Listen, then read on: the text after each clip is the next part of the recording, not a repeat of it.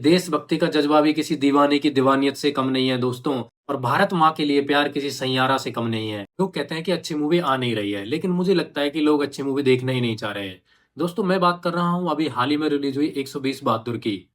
देशभक्ति प्लॉट पर बनी ये मूवी आपको रुला देगी और आपके अंदर जो देशभक्ति की भावना कहीं दब चुकी है उसको जगा देगी। एक रियल इवेंट पर बेस्ड स्टोरी है और सभी एक्टर्स ने बहुत अच्छा काम किया है। फरहान अख्तर की जितनी तारीफ की जाए उतनी कम है। ये स्टोरी उन 120 बहादुरों की है जो चाहते तो पीछे हट सकते थे, अपनी जान बचा सकते थे, लेकिन उन्होंने अपने देश के लिए, हमारे लिए अपनी जान दे दी। इस मूवी में आप देखेंगे कि फौजियों का भी एक हंसता खेलता परिवार होता है। उनके पीछे बहुत सारी जिम्मेदारियां होती हैं, लेकिन फिर भी वो अपने देश के लिए अपनी जान की आहुति दे देते हैं। दोस्तों, इस स्टोरी में दिखाया गया है कि चाइना 1962 में लद्दाख से शुरू करके जम्मू और कश्मीर तक भारत पर कब्जा करना चाहता था।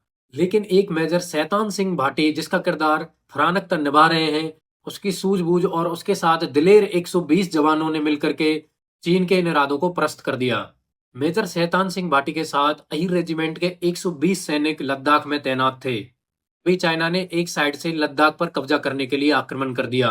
तो ये खबर मेजर शैतान सिंह ने कमांडर को दी तो उसने उन्हें पीछे हटने का आदेश दिया। लेकिन मेजर भाटी एक सच्चा देशभक्त था। कहता है कि हम किसान के बेटे हैं, हम जमीन की वैल्यू जानते हैं और ये तो सरजमी की बात है, चाहे गर्दन कट जाए लेकिन हम पीछे नहीं हटेंगे। और इसमें यह भी दिखाया है कि लद्दाख की बर्फ जमाती ठंड में भारतीय सैनिक किस तरह से स्ट्रगल करते हैं।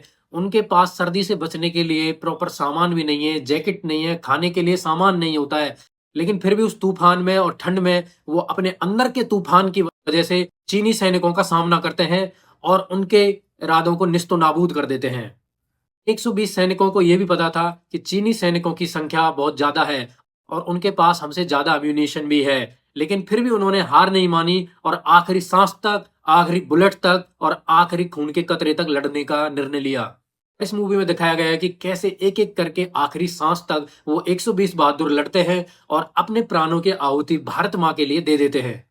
लेकिन हद तो जब हो जाती है कि वो अपनी फैमिली का फोटो देखते हुए अपने प्राण न्यौछावर कर देते हैं। लेकिन जब लास्ट में एक रेडियो में बच करके कमांडर को जाकर के बताता है कि इस तरह से हमने वहां पे लड़ाई की है, तो उसकी बात पर विश्वास भी नहीं किया जाता है, क्योंकि वहां पर कोई सबूत नहीं मिलता है लड़ाई का।